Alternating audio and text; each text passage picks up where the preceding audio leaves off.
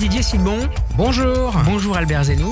Bonjour. Vous êtes respectivement les directeurs du groupe Progress et le directeur de la pédagogie. Bonjour également à Madame Déborah Malka. Bonjour. Vous êtes parent d'élèves du collège Tigva qui va nous occuper cet après-midi.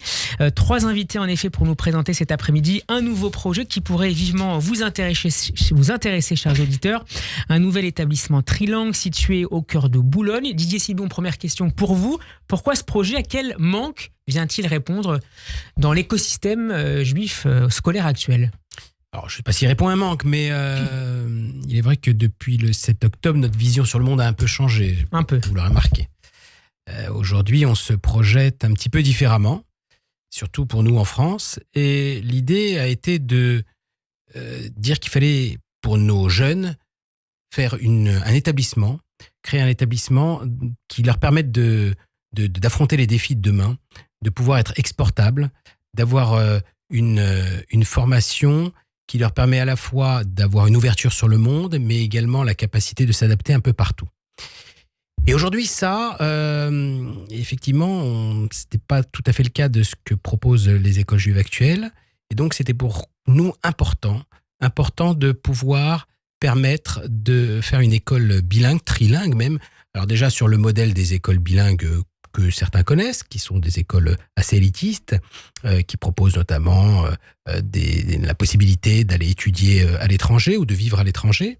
Et c'était un peu ça l'idée. Donc, je dis trilingue parce qu'il y a évidemment l'anglais, très fortement présent, mais également l'hébreu.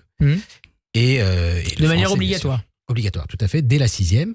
Et c'est ainsi que le premier collège Tigva a ouvert en septembre, avec une classe de 6e, et proposera l'année prochaine une classe de 6e, une classe de 5e. Alors je dis le premier. Le premier, vous en prévoyez d'autres l'idée, c'est effectivement de permettre à tous les jeunes, un peu partout, de pouvoir se préparer à affronter les défis de demain, être capable d'avoir une formation d'excellence déjà, parce que l'idée, c'est quand même d'avoir une formation de très haute qualité, avec des méthodes innovantes d'enseignement que l'on applique sur le collège Tigva, et en même temps d'être tout à fait exportable, pouvoir s'adapter à n'importe quel environnement, parce qu'aujourd'hui, il apparaît évident qu'il faut penser le monde un peu autrement. Albert Zenou, je le disais en ouverture, c'est un collège trilingue. Qu'est-ce qu'il distingue en termes de pédagogie, en termes d'enseignement? J'ai noté que vous proposiez notamment du codage, mais aussi, et c'est essentiel pour les parents qui nous écoutent, un enseignement juif de qualité sous la direction du Rav Lemel. Oui, tout à fait. Si vous souhaitez savoir ce qui nous différencie en particulier, c'est que nous travaillons d'abord sur les fondements, sur les fondations de l'instruction, l'écriture, la lecture, l'orthographe, et c'est là-dessus que nous travaillons d'abord, donc une excellence académique que nous souhaitons, mais également avec une ouverture sur l'extérieur. Vous parliez du codage, on peut parler également du théâtre pour leur donner justement la capacité à avoir des postures, à se présenter, à être beaucoup plus à l'aise à l'oral, puisque l'oral maintenant est extrêmement important dans tous les établissements. Le codage, l'intelligence artificielle pour les ouvrir sur le monde de demain, ça c'est clair également, mais également, évidemment, le Kodesh, avec des cours qui sont chapeautés par Rav Lemel, et notre enseignant est formé par Rav Lemel à une méthode tout à fait intéressante, qui est la méthode du Rav Forman, qui est une méthode très intéressante, oui, parce que les élèves ne sont pas passifs, mais ils sont justement actifs face au texte, au midrash. Ils deviennent véritablement des enquêteurs. C'est le cadre qui est décrit en particulier, et il n'y a pas cet effet de torpeur dans la classe ou de pesanteur dans la classe avec des élèves qui s'assoupissent. Il y a vraiment quelque chose qui est très très très interactif en Kodesh. Alors pour les méthodes en mathématiques, j'ai lu que vous aviez adopté la méthode de Singapour. Expliquez-la nous. Tout à fait. Alors, la méthode de Singapour est une méthode qui a été même préconisée à l'époque de M. Attal. M. Attal en avait parlé. Il avait souhaité que cette méthode soit mise en place dans les établissements. Depuis, il y a eu quelques turbulences et donc les choses sont un peu à l'arrêt. Mais nous, on n'a pas attendu. On avait une enseignante qui connaissait parfaitement cette méthode de Singapour et donc qui peut enseigner aux élèves. Alors la méthode de Singapour, pour aller vite, c'est une méthode qui n'est pas une méthode qui se base sur l'abstraction, mais qui se base sur le concret. On va compter sous la forme de petits paquets de bûchettes quelquefois. Donc on revient à des choses extrêmement concrètes qui permettent aux enfants de saisir ce que sont les nombres et tout ça évidemment avec un bilinguisme, puisque la méthode est enseignée également par le professeur, en particulier pour l'algèbre, en anglais. Alors, je me tourne à présent vers une parent d'élève, Déborah Malka. Vous avez un enfant, c'est ça, inscrit en... J'en ai 2.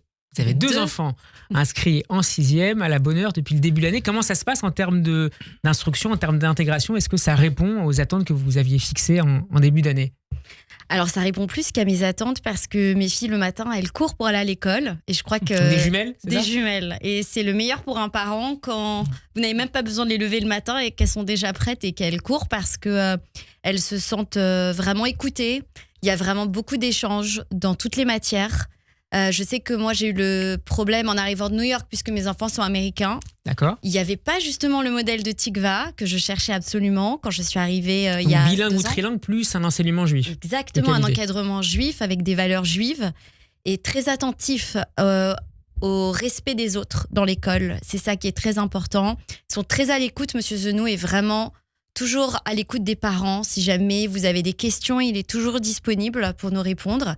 Et ça, c'est important de sentir que sa voix, elle compte, mais surtout que les enfants sont bien. Qu'est-ce qui plaît particulièrement à vos filles le matin lorsqu'elles se dirigent vers l'école? C'est certaines d'aller méthodes retrouver les d'enseignement. copines.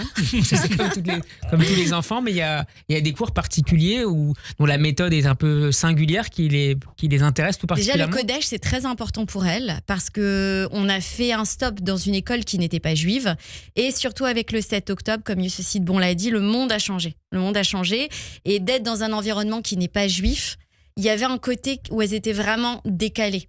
Et il y avait des choses qu'on disait à la maison, des choses qu'on disait pas à l'extérieur. Et maintenant qu'elles ont du Kodesh, maintenant qu'elles apprennent l'hébreu, qu'elles aient vraiment des cours où on parle de la paracha, on parle des choses de la maison, je trouve qu'elles sont quand même en connexion avec elles-mêmes. Et ça, c'est très important de voir l'épanouissement de nos enfants. Bon, je vous vois agréer ce que nous explique Madame Malka.